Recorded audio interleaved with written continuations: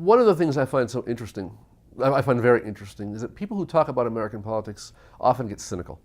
And you often have people saying, Americans don't have consistent beliefs or deep beliefs. They just support whatever outcome they like, and they'll change their tune on a moment's notice to support their candidate or their party or their outcome or the people they like. And I find that to be absolutely nonsense.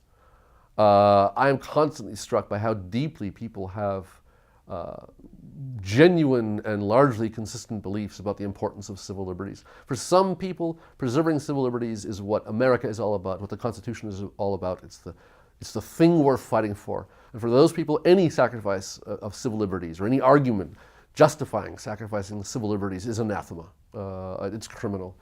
For other people, the idea of civil liberties is part of a larger parcel of values, and they view people who are too strenuously committed to civil liberties, if I can put it that way, as dangerous because they're a threat to those other parts of the things they value so highly.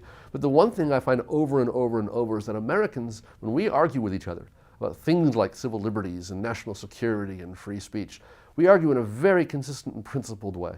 I do not find people who change their beliefs quickly or on a whim. You can make people think twice. You can give them a difficult hypothetical case. You can introduce them to historical literature that causes them to see a depth that they didn't previously recognize.